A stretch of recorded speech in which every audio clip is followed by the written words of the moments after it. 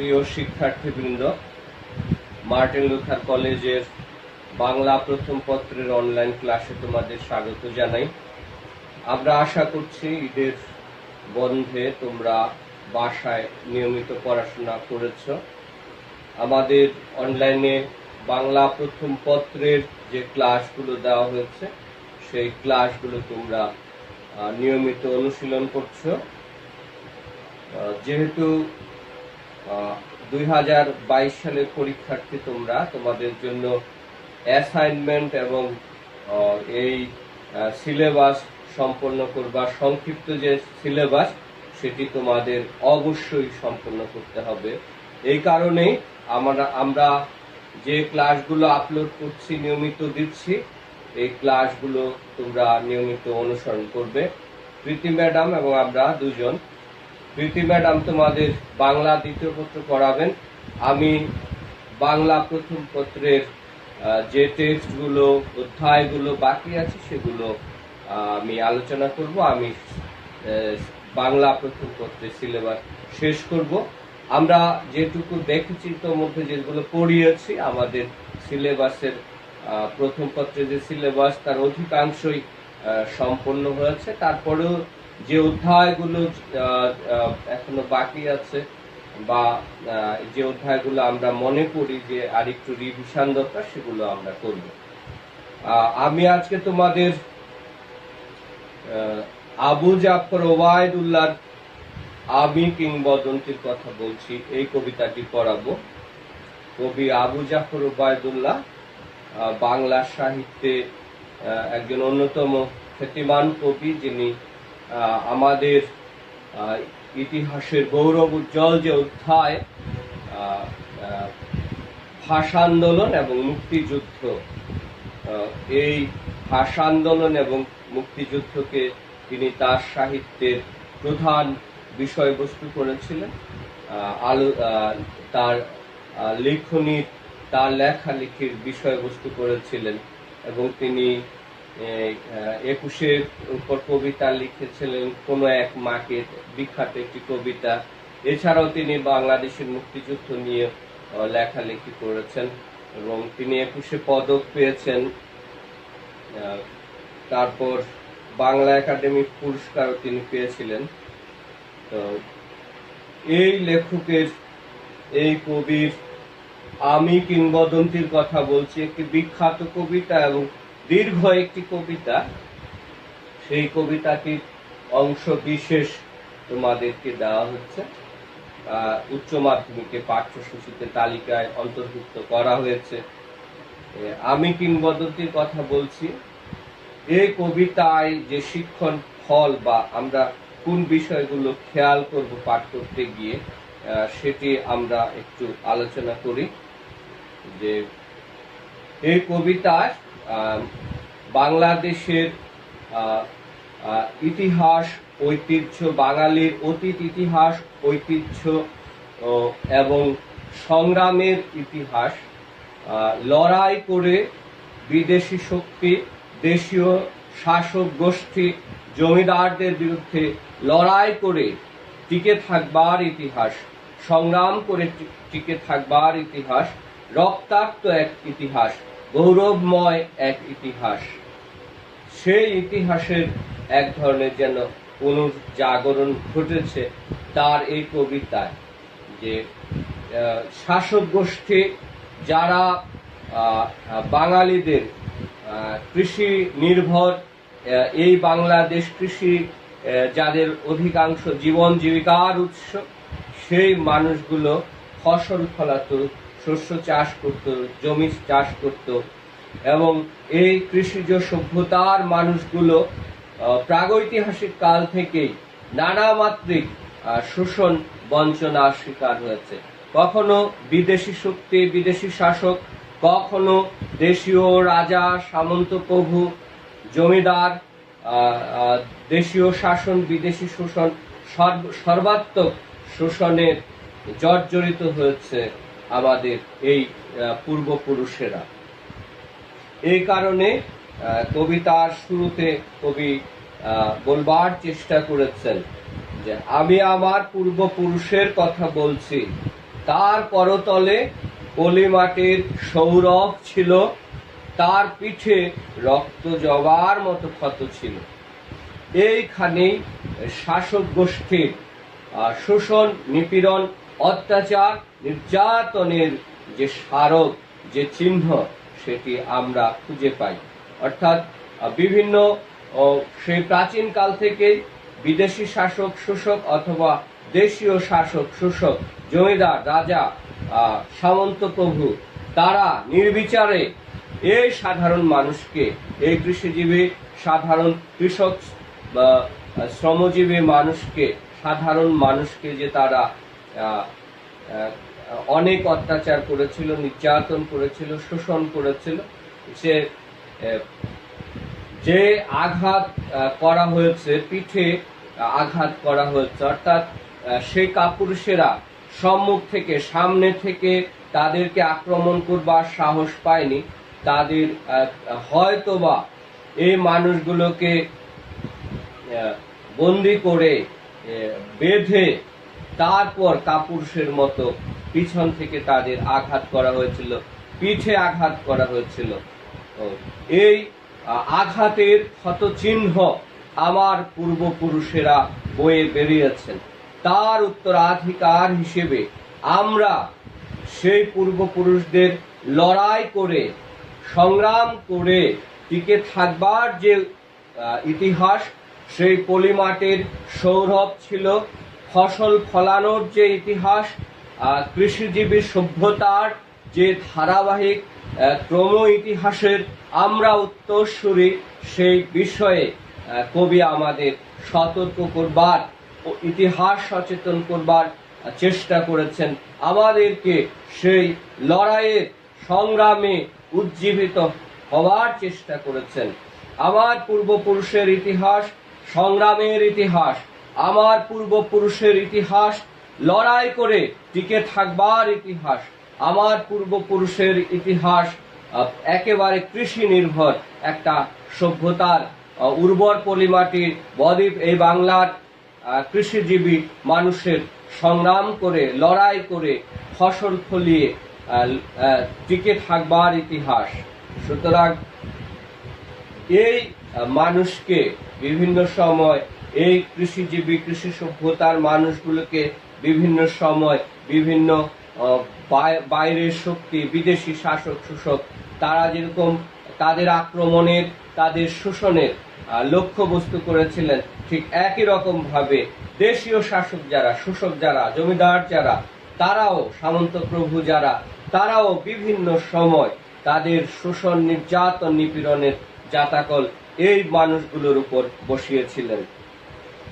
আবার তারই ধারাবাহিকতায় এসেছে আমাদের বাঙালি জাতির সবচেয়ে গৌরবোজ্জ্বল যে অধ্যায়, 1971 সালে মুক্তিযুদ্ধের প্রসঙ্গ। সেই প্রসঙ্গ আমরা এই কবিতায় পেয়েছি যে ভালোবাসা দিলে মা মরে যায়, যুদ্ধ আসে ভালোবেসে। অর্থাৎ বাঙালিকে 1971 সালে যে কঠিন অগ্নি পরীক্ষা দিতে হয়েছিল, সেই অগ্নি পরীক্ষায় বাঙালি উত্তীর্ণ হয়েছিল। সেই সময় পাকিস্তানি শাসক গোষ্ঠীর বিরুদ্ধে, অত্যাধুনিক পাকিস্তানি স্থল আর্মির বিরুদ্ধে, সেনাবাহিনীর বিরুদ্ধে যে লড়াই করে এই বাঙালি মুক্তিযোদ্ধারা পার্শ্ববর্তী দেশ ভারতের সহযোগিতা নিয়ে, প্রশিক্ষণ নিয়ে, সর্বোপরি যে দুর্বার রক্তাক্ত প্রতিরোধ গড়েছিল, অবশেষে দীর্ঘ 9 মাস যুদ্ধের পরে,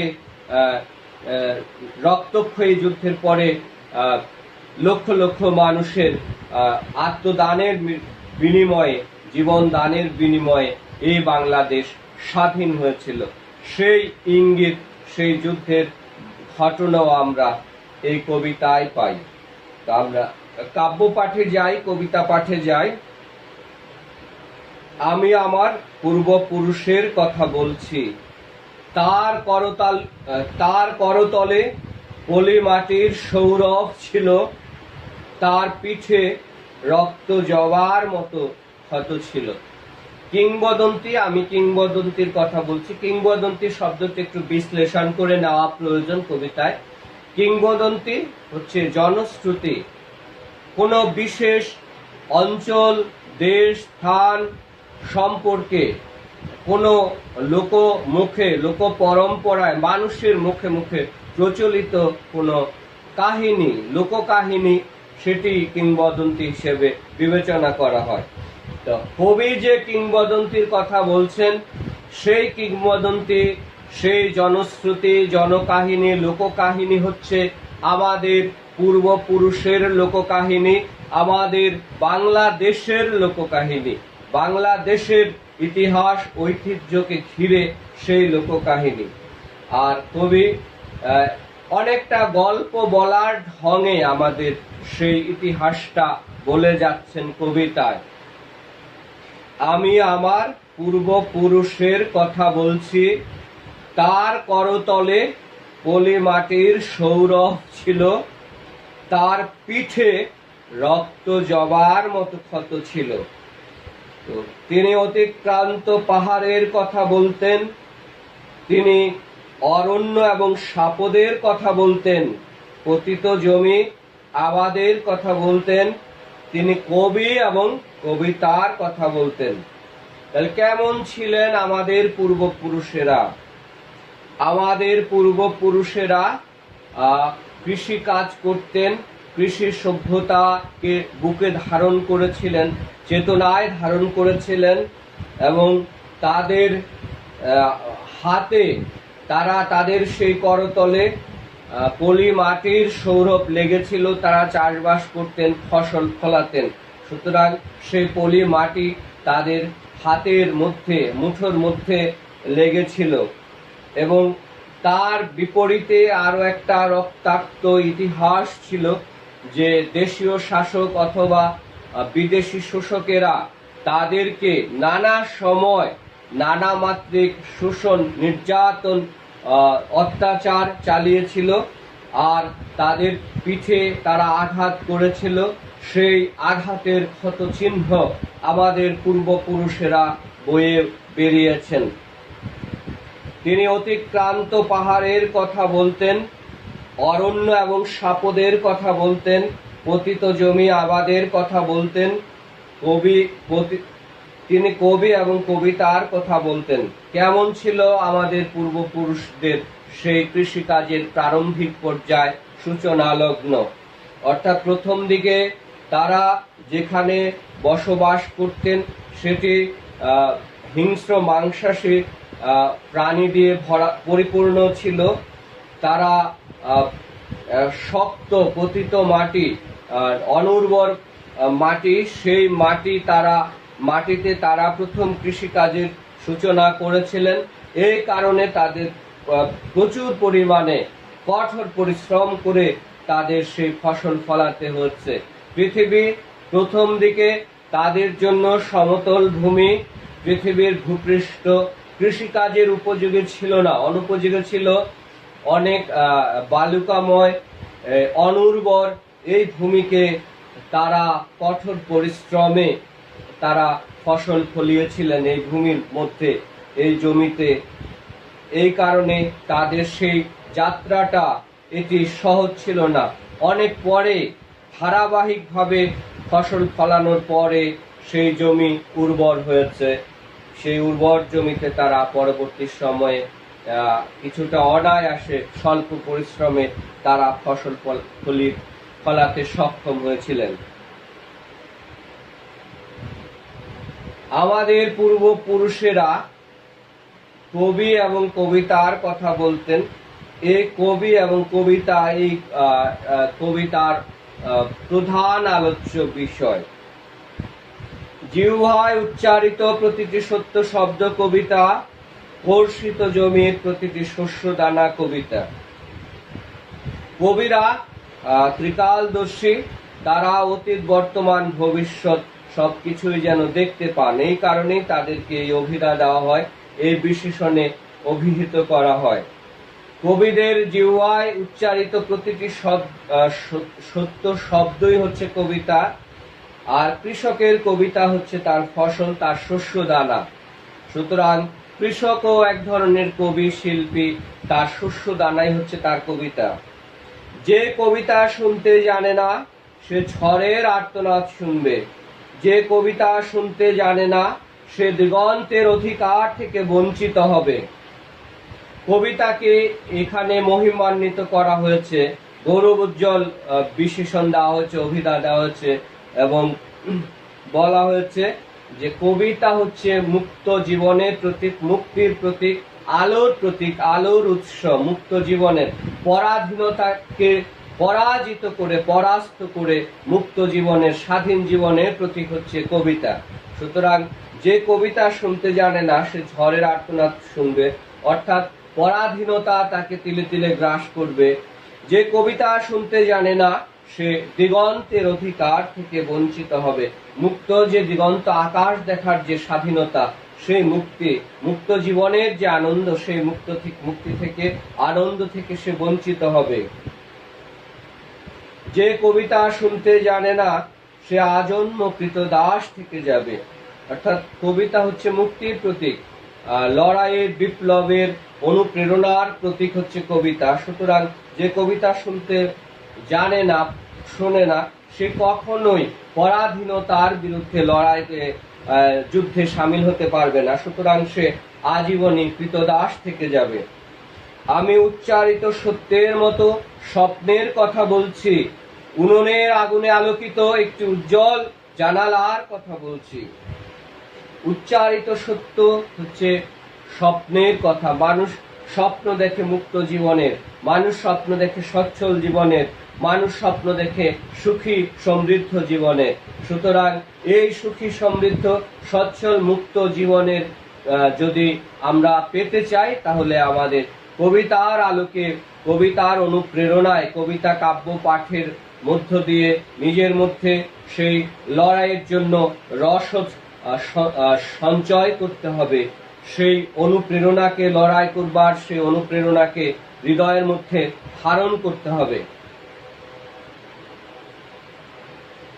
একটি উনুনের আলো হচ্ছে, উনুন হচ্ছে চুলা, এই উনুনের আলো হচ্ছে কৃষিজীবী সভ্যতার প্রতীক, আবার জীবনের প্রতীক, আবার মুক্তির প্রতীক। একটি উজ্জ্বল জানালা এখানে মুক্তির মুক্ত জীবনের প্রতীক হিসেবে, পরাধীনতা থেকে মুক্ত হয়ে স্বাধীন জীবনের প্রতীক হিসেবে ব্যবহার করা হয়েছে।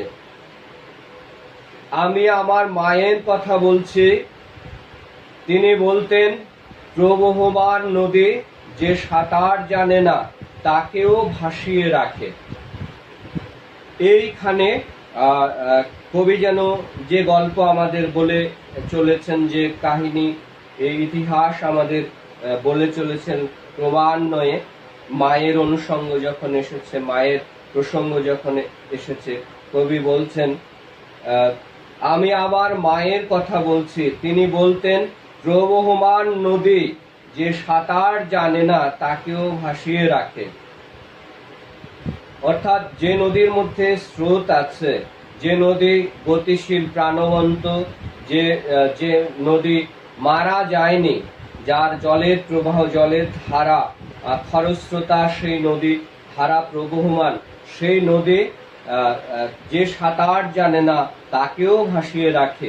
ঠিক একই রকম ভাবে যে মানুষ দুঃসময়ে লড়াই করতে জানে, বিপ্লব করতে জানে, সেই মানুষ পরাধীনতাকে জয় করে স্বাধীন জীবনের স্বাদ সে উপভোগ করতে পারে। যে কবিতা শুনতে জানে না সে নদীতে ভাসতে পারে না। যে কবিতা শুনতে জানে না সে মাছের সঙ্গে খেলা করতে পারে না। যে কবিতা শুনতে জানে না সে মায়ের কোলে শুয়ে গল্প শুনতে পারে না। এখানে একই প্রসঙ্গ বারবার ব্যবহার করা হয়েছে, মুক্ত জীবনকে, স্বাধীন জীবনের যে আনন্দ। অর্থাৎ যে কবিতা যাকে স্নান করে না, যে কবিতার দ্বারা শুদ্ধ হয় না, যে কবিতার রস থেকে নিজেকে অনুপ্রাণিত করে না, যে কবিতার থেকে লড়াইয়ের জন্য পরাধীনতার বিরুদ্ধে রুখে দাঁড়ানোর জন্য শক্তি সঞ্চয় করতে পারে না, সে কখনোই স্বাধীন মুক্ত জীবনের স্বাদ সে কখনোই পায় না। সে মাছের মতো নদীতে সাঁতার কাটতে পারে না, আবার সে মায়ের কোলে শুয়ে গল্প শুনতে পারে না। মায়ের কোলে শুয়ে গল্প শুনবার জন্য স্বাধীন মাতৃভূমি প্রয়োজন, স্বাধীন ভূখণ্ড দরকার নিশ্চিত শান্তিতে সেই গল্প শুনবার জন্য। দেশ যদি পরাধীন হয়, সুতরাং সেই পরাধীন দেশে কোনোভাবেই সম্ভব হয় না মায়ের কোলে শুয়ে গল্প শোনা, মাতৃভাষায় মায়ের কাছে গল্প শোনা। আমি কিংবদন্তির কথা বলছি, আমি আমার পূর্বপুরুষের কথা বলছি, আমি বিচলিত স্নেহের কথা বলছি, গর্ভবতী বোনের মৃত্যুর কথা বলছি, আমি আমার ভালোবাসার কথা বলছি। এই অংশটুকু কবিতার হলো আমাদের 1971 সালের গৌরবোজ্জ্বল মুক্তিযুদ্ধের যে আলোকিত অধ্যায়।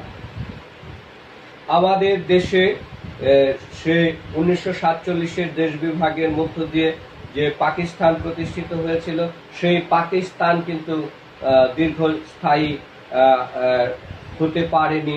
সেই পাকিস্তান যে স্বপ্ন নিয়ে যে পাকিস্তান গঠিত হয়েছিল, সেই পাকিস্তান কিন্তু আমাদের সেই স্বপ্ন সুখ শান্তি সমৃদ্ধি কোনোটা এনে দেয়নি।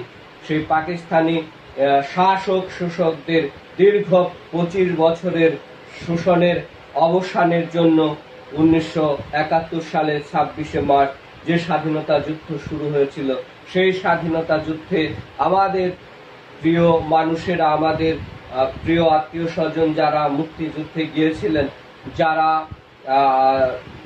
দেশে ছিলেন, সেই আবার আত্মীয় স্বজন প্রিয় মানুষদের জন্য তাদের যে উৎকণ্ঠা, তাদের যে দুশ্চিন্তা, আবার সেই মুক্তিযোদ্ধাদের প্রিয়জনদের প্রতি, পরিবারের প্রতি যে দুশ্চিন্তা, সেই আশঙ্কাকে এখানে ব্যক্ত করা হয়েছে যে পাকিস্তানি হানাদারদের শোষণে, রক্তক্ষয়ী হত্যাযজ্ঞের মধ্যে, খুন ধর্ষণ লুণ্ঠনের মধ্য দিয়ে যে নারকীয় পরিবেশ সৃষ্টি করা হয়েছিল, সেটার বিরুদ্ধে রুখে দাঁড়াতে গিয়ে আমাদের মুক্তিযোদ্ধাদের প্রিয় মা, ভাই বোন, পরিবার পরিজনকে ছেড়ে তাদেরকে যুদ্ধে যেতে হয়েছিল। ভালোবাসা দিলে মা মরে যায়, যুদ্ধ আসে ভালোবেসে, মায়ের ছেলেরা চলে যায়। আমি আমার ভাইয়ের কথা বলছি। ভালোবাসা দিলে মা মরে যায়, এটি একটু রূপক, এটি আমরা একটু বিশ্লেষণ করতে চাই। কবিতার এই অংশটুকু খুবই গুরুত্বপূর্ণ যে দেশকে ভালোবাসলে সেই স্বাধীন ভূখণ্ড, স্বাধীন মাতৃভূমি প্রতিষ্ঠা করতে হলে আমাদের জন্মদাতা মাকে অস্বীকার করে, পরিবার পরিজনের ভালোবাসার বন্ধনকে ছিন্ন করে আমাদের যুদ্ধে যেতে হয়। আবার যুদ্ধের বিপরীতেই যেন আরো এক ধরনের ভালোবাসা অবস্থান করে। যুদ্ধ এক ধরনের হিংস্রতার প্রতীক, রক্তের প্রতীক। আবার যুদ্ধের বিপরীতে আবার স্বাধীনতা, স্বাধীন ভূখণ্ড রচনা, স্বাধীন জীবনের যে প্রতীক, সেটিও যুদ্ধ। অর্থাৎ যুদ্ধ একাধারে পরাধীনতার প্রতীক, রক্তের প্রতীক, রক্তক্ষয়ীর যুদ্ধের, আবার যুদ্ধের বিপরীতে কিন্তু আবার ভালোবাসার প্রতীক। যুদ্ধের মাধ্যমেই আবার লড়াই সংগ্রামের মধ্য দিয়ে স্বাধীন ভূখণ্ড পাওয়া যায়, প্রিয়জনদের ভালোবাসাকে পাওয়া যায়। যে কবিতা শুনতে জানে না, সে সন্তানের জন্য মরতে পারে না। যে কবিতা শুনতে জানে না, সে ভালোবেসে যুদ্ধে যেতে পারে না। যে কবিতা শুনতে জানে না, সে সূর্যকে হৃৎপিণ্ডে ধরে রাখতে পারে না। একই রকম গঠন গড়নের বাক্যগুলো, এবং বাক্যগুলো একই বারে বারে পুনরায় একই বিষয়ের উপর জোর দেওয়া হচ্ছে যে কবিতাকে মুক্তির প্রতীক হিসেবে, আলোর উৎস হিসেবে, অনুপ্রেরণার উৎস হিসেবে, পরাধীনতার বিরুদ্ধে লড়াইয়ে সংগ্রাম করবার আধার হিসেবে, উৎস হিসেবে বিবেচনা করা হচ্ছে। এবং সূর্য যেরকম সকল আলোর উৎস, শক্তির উৎস, ঠিক কবিতাও সকল বিপ্লবের উৎস, বিজয় সংগ্রামের উৎস। এবং কবিতার সেই সংগ্রামী বিপ্লবী প্রেরণায় উদ্বুদ্ধ হয়ে যুদ্ধের মধ্য দিয়ে স্বাধীনতা অর্জন, সেটিও সম্ভব।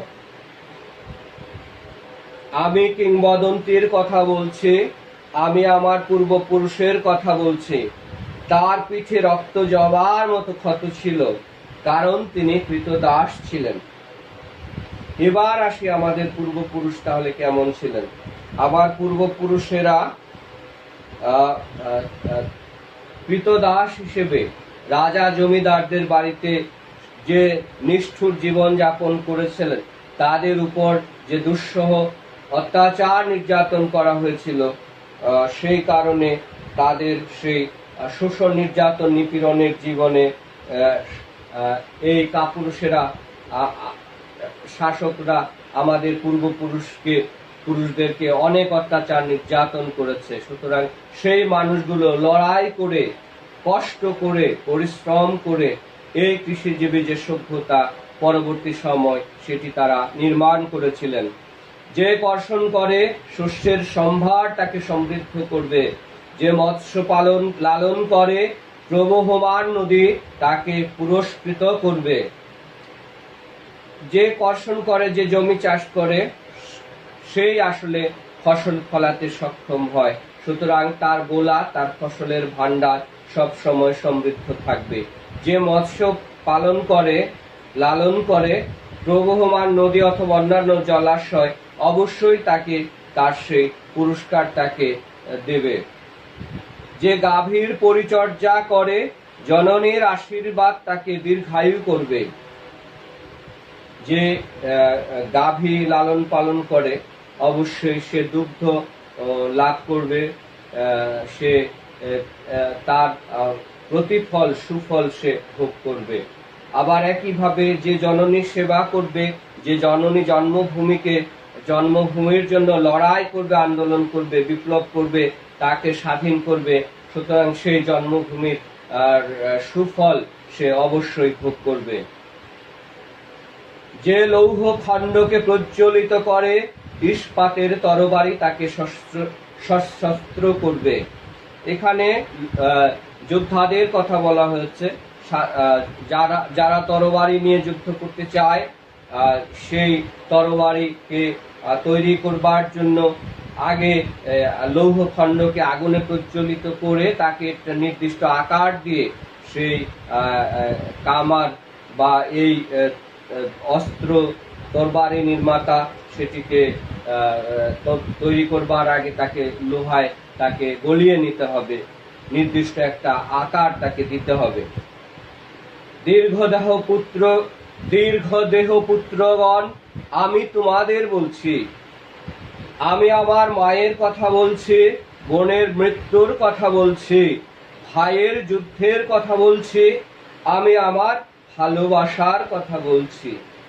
এখানে একই ঢঙে আবার যেন একটা গল্প বলা হলো, 1971 সালের সেই মুক্তিযুদ্ধের গল্প, যে আমি আমার সেই দুঃসময়ে কিভাবে আমার মাকে ছেড়ে যেতে হয়েছিল, ব্রণের পাকিস্তানি নরপিশাচদের আঘাতে আমার বোনের মৃত্যু ঘটেছিল, অথবা আমার ভাইয়ের যুদ্ধে যাওয়ার, তার স্বাধীন ভূখণ্ড প্রতিষ্ঠার যে লড়াই, সংগ্রামী যে লড়াই, গৌরবময় যে লড়াই, সেই লড়াইয়ের ইতিহাস বলছি।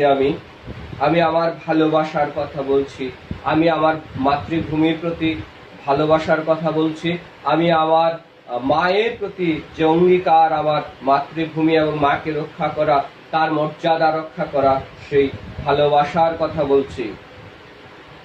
আমি কবি এবং কবিতার কথা বলছি। সশস্ত্র সুন্দরের অনিবার্য অভ্যুত্থান কবিতা,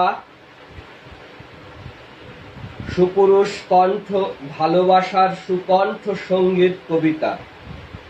খুবই চমৎকার কিছু শব্দমালা এই লাইনগুলোতে, উপমা অলংকার চিত্রকল্প দেওয়া হয়েছে। সশস্ত্র সুন্দরের অনিবার্য অভ্যুত্থান, সত্য প্রতিষ্ঠার জন্য, ন্যায় প্রতিষ্ঠার জন্য যে বিপ্লব, যে অভ্যুত্থান, যে যুদ্ধ, সেটি হচ্ছে কবিতা। আবার কবিতা হচ্ছে সুপুরুষ ভালোবাসার সুকণ্ঠ সঙ্গীত।